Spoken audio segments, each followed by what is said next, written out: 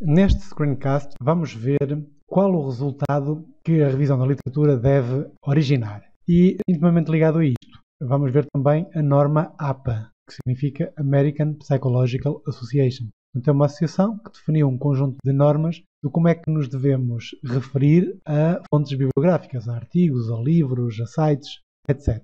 Então, tendo por base os artigos que acabamos de encontrar na Science Direct e que falam sobre os aspectos que nós queremos investigar, nomeadamente a ansiedade pré-natal e os cuidados ao recém-nascido, poderemos começar por criar um modelo onde iremos colocar um resumo da bibliografia que consultamos. Qual é a ideia? À medida que consultamos, que lemos as publicações, ficamos já com algo escrito e formalizado para depois vir a incluir mais tarde num artigo, ou num relatório, ou numa apresentação. E eu proponho precisamente estas três áreas. Primeiro, identificar o nome da fonte consultada, qual é o nome da revista, qual é o nome do livro, qual é o nome do site. Depois, fazer um resumo daquilo que nos interessou daquele artigo, por palavras nossas, e colocando as citações corretas, já vamos ver como é que isso se faz. E, finalmente, colocar a referência bibliográfica dessa fonte segundo uma norma universal, que neste caso será a norma APA. Mas, consoante o destino para onde iremos enviar o artigo, no final da sua redação, ou consoante o congresso para onde vamos mandar a comunicação, temos que consultar as regras que eles estabeleceram e fazer as referências bibliográficas de acordo com essas regras.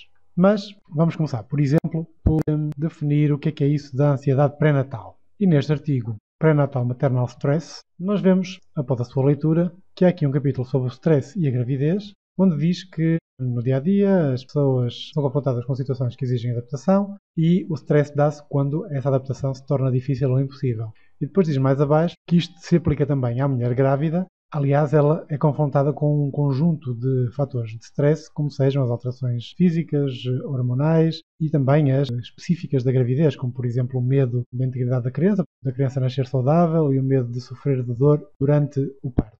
Tudo isto poder-se resumir a esta frase, por palavras nossas, agora vou substituir isto, as citações corretas já vamos ver o que é. Eu vou dizer que isto é a definição de stress e de ansiedade pré-natal, para depois me orientar mais tarde. Isto acaba por ser palavras minhas, aquilo que eu li no artigo, mas não é plágio, tal não é permitido, só tenho é que fazer a citação. E olhando para o artigo, eu vejo que ele foi escrito por este conjunto de investigadores, Mulder, Robles de Medina, Huizink, Van der Berg, que eu tenho que citar. Ora, como são vários, são 6 mais concretamente, eu vou dizer que a citação, e vou colocar aqui entre parênteses, é de Mulder et al.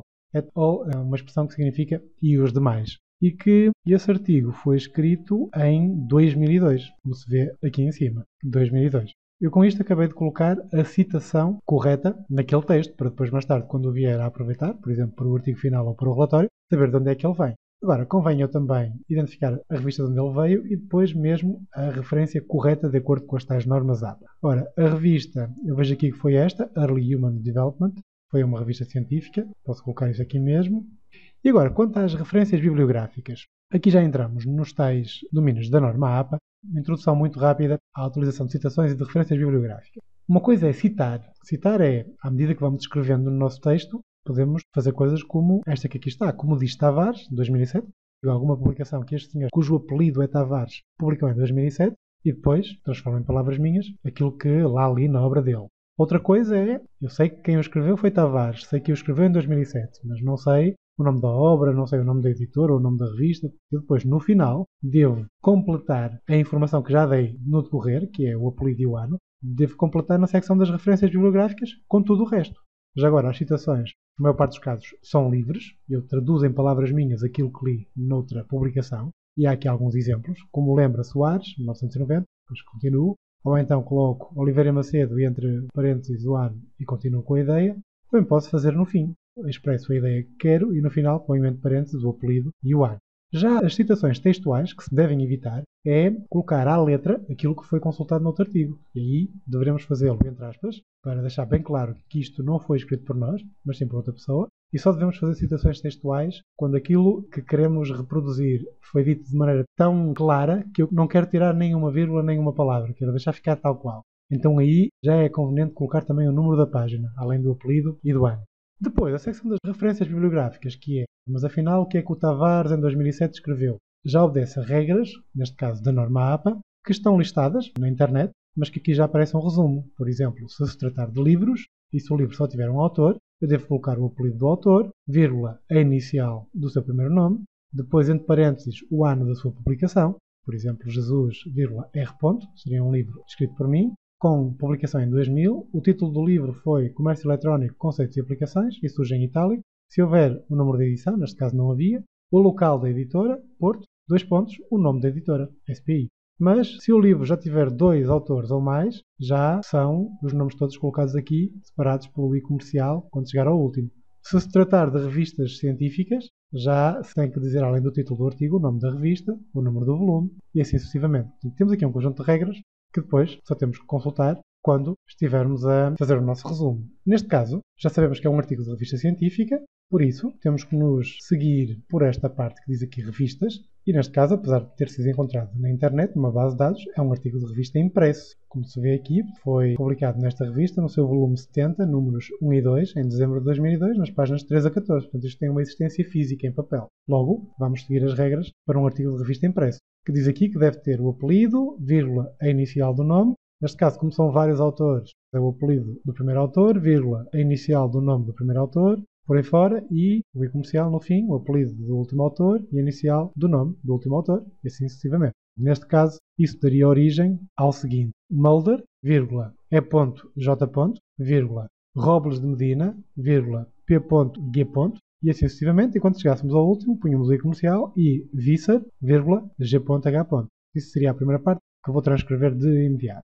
Esta seria a parte relativa ao nome dos autores. Depois diz na norma que a seguir ao nome deve vir entre parênteses o ano, o mês e o dia da publicação. Vemos aqui que o ano foi 2002 e o mês foi dezembro. Não aparece o dia, mas aparece que foi nos números 1 e 2. Isso vai ser necessário para daqui a pouco. Portanto, eu teria que colocar 2002, dezembro. Depois diz que deve surgir o título do artigo seguido do nome da revista, mas aqui já em itálico, e o número do volume também em itálico. Ora, o título do artigo é este que aqui está, que eu vou levar para aqui, ponto, e o título da revista, já tínhamos visto que era este, que deveremos colocar aqui em itálico, tal como o número do volume, que se vê aqui que é o volume 70. O número do volume surge entre parênteses. Isto porquê? Porque diz aqui nesta nota, não indica o número da edição para as revistas. Em alternativa incluo o mês e o dia, onde aplicável, mas como eu não sei o dia da publicação e sei o número, vou colocar o número, neste caso são os números 1 e 2, logo a seguir ao volume, mas aqui já não é itálico, portanto ficaria 1 e 2. O volume tem os parênteses e os números da revista é que são entre parênteses. Early Human Development, volume 70, números 1 e 2. E finalmente, falta indicar os números de página, que neste caso foi da 3 à 14. E com isto, tinha terminado, segundo a norma APA, a referência bibliográfica daquele artigo de revista. Podemos fazer um outro exemplo, agora para ir buscar a definição de cuidados ao recém-nascido, e para isso vamos consultar um dos outros artigos, que é este dos fatores associados ao conhecimento que as mães têm sobre os cuidados ao recém-nascido. Primeiro, tem a definição do recém-nascido. Portanto, diz aqui que dos cerca de 130 milhões de bebés que nascem no mundo todos os anos, aproximadamente 4 milhões morrem durante as primeiras 4 semanas de vida. É essa a definição do recém-nascido. É um bebê com 4 semanas de vida, ou 28 dias.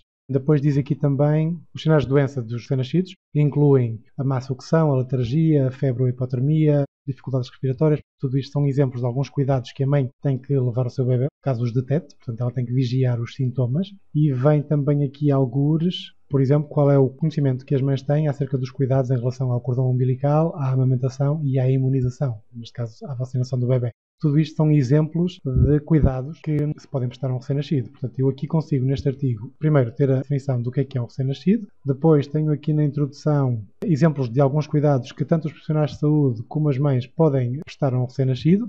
Por isso, posso aproveitar este artigo para definir melhor o que é um recém-nascido e quais são os cuidados ao recém-nascido. A revista chama-se Transactions of the Royal Society of Tropical Medicine and Hygiene e o que eu vou aqui colocar é um resumo da tal definição do recém-nascido. E como o primeiro dos autores deste artigo tem como apelido Senna Rass, eu vou citá-lo desta maneira. Segundo Senna Rass et al., porque também são vários autores, neste caso 4 autores, e escreveu aquele artigo em 2007, o artigo é de agosto de 2007. Os cuidados ao recém-nascido são todos aqueles que são prestados quer pelos profissionais de saúde, quer pelos familiares, a um bebê durante as 4 primeiras semanas de vida. E alguns dos cuidados que os familiares, com incidência para a mãe, podem prestar são tratar do coto umbilical, amamentar e vigiar os sintomas de doença no recém-nascido. Exemplos: má sucção, febre ou hipotermia e dificuldades respiratórias. cá está como eu traduzi por palavras minhas aquilo que li naquele artigo. Só tenho agora é que completar a referência bibliográfica, e neste caso é em tudo idêntica à anterior, que já está o resultado final. Serenade U, Fernando D.N., Vimpani G, Rodrigo I, em agosto de 2007. O título era Factors Associated with Maternal Knowledge of Newborn Care Among Hospital Delivered Mothers in Sri Lanka. A revista, em itálico, Transactions of the Royal Society, blá blá blá. O volume 101, número 8, e páginas 823 a 830. Volume 101, número 8, páginas 823 a 830. E estaria feita um outro resumo da bibliografia que eu consultei. Já tenho aqui a definição de ansiedade pré-natal, a definição de recém-nascido e cuidados ao recém-nascido. Teria que continuar, por exemplo, pesquisando algum artigo onde pudesse ver como medir a ansiedade. Nesse aspecto, encontrei aqui um artigo com este título, escrito por estas pessoas. Esta já é a sua versão PDF. Foi um artigo que foi publicado no American Psychosomatic Medicine, o nome da revista, número 66, e as páginas 762 a 769. E diz aqui que existe uma escala da ansiedade específica da gravidez que foi desenvolvida por esta equipa de investigadores, que se trata de uma medida exploratória e que é composta por a seguinte pergunta: como é que se sentiu pelo facto de estar grávida durante a última semana, incluindo hoje? Isso era posteriormente subdividido em 4 subperguntas. Portanto, quão ansiosa se sentiu, quão preocupada, quão receosa e quão em pânico se sentiu pelo facto de estar grávida. As grávidas respondiam numa escala de 5 pontos, em que o 1 significava nunca e o 5 significava sempre. Com base nisto, podemos fazer mais uma referência, e cá está ela. Foi um artigo da revista científica também, saído da Psychosomatic Medicine, e neste caso trata-se de uma escala para medir a ansiedade pré-natal. Portanto, o que eu digo aqui é que a escala de ansiedade específica da gravidez, desenvolvida por Mancuso et al. Em 2004, é esse o nome do seu investigador principal, é Roberta Mancuso, e este artigo foi publicado em 2004, como se vê aqui em baixo. Contém 4 perguntas às quais as grávidas responderam numa escala Likert de 5 pontos, onde o 1 significa nunca e o 5 significa sempre. E as perguntas são, durante a última semana, incluindo hoje, quão reticências se sentiu pelo facto de estar grávida, com as reticências a serem substituídas por cada um dos seguintes termos: ansiosa, preocupada, receosa e em pânico. Portanto, isto é por palavras minhas, o que estava naquele artigo. E depois, a citação. Mancuso, que é o apelido da primeira, RA, as suas iniciais, Dunkel Schetter C, Rini CM, Roesch SC e Oval CJ, em 2004, com este nome de artigo, com este nome de revista, número 66, páginas. E neste caso eu acrescentei esta informação, que está disponível neste endereço, apesar de também existir fisicamente em papel. Tudo isto foi retirado daqui. Temos aqui as páginas, temos aqui o nome da revista, temos lá em cima os 6 apelidos, Dunkel Schetter, Christine C. E estas iniciais aqui são os títulos das pessoas, não são incluídos. Rini C, Christine Rini, Roesch S, Scott Roesch, e assim sucessivamente. E o título do artigo que aqui está. Finalmente, encontrei também um outro artigo, este em português, de uma revista chamada Psiquiatria Clínica, volume 24, número 3, de 2003, que foi escrito por investigadoras portuguesas, Ana Conde e Bárbara Figueiredo, com este título: A ansiedade na gravidez, fatores de risco e implicações para a saúde e bem-estar da mãe. E o que me interessou particularmente neste artigo foi a parte do enquadramento teórico entre a gravidez e a ansiedade, onde as autoras dizem a certa altura que existe um conjunto de fatores que estão associados aos níveis mais elevados de ansiedade na gravidez. E que esses fatores são os demográficos, os obstétricos, os psicológicos, os psicossociais e os culturais. Isto interessa-me porque a dimensão que me interessa explorar neste projeto é precisamente o ensino de cuidados. Mas até que ponto é que o ensino de cuidados poderá estar ou não relacionado com a ansiedade pré-natal? E esse é um fator que não aparece aqui nestes 5. Logo, interessa-me fazer referência a estes 5 para depois continuar o raciocínio dizendo que há aqui uma vertente que ainda não foi explorada em termos de investigação e que nós nos propomos a explorar. E aqui está o resultado. O artigo de revista científica da Psiquiatria Clínica, em que aqui já são os fatores que influenciam a ansiedade pré-natal. O que eu digo é que, das várias perspectivas de análise das perturbações psicopatológicas, incluindo a ansiedade e a depressão, a literatura existente parece ter identificado 5 grandes fatores de risco para os níveis mais elevados de ansiedade durante a gravidez. Quem o diz, aqui está a citação, Conde e Figueiredo. Neste caso, como são só 2, já se pode colocar os 2 apelidos, não é necessário colocar o et al. E disseram-no num artigo publicado em 2003. Pronto, e aqui faço referência aos 5 fatores, com alguns exemplos. Finalmente, a referência bibliográfica. Ana Conde, neste caso, Bárbara Figueiredo, 2003, nome do artigo, Ansiedade na gravidez, fatores de risco e implicações para a saúde e bem-estar da mãe. Em itálico, o nome da revista e o volume, Psiquiatria Clínica, volume 24, número 3, páginas 197 a 209. E isto é apenas um resumo do que poderemos colocar nesse tal documento que fazemos ao mesmo tempo que fazemos a revisão da literatura, porque um bom resumo bibliográfico deve conter 3 grandes áreas: a definição dos conceitos, alguma evolução histórica e algumas estatísticas, alguns números que nos ajudem a situar a questão. Estes são apenas 4 exemplos, mas muito mais haveria a pesquisar.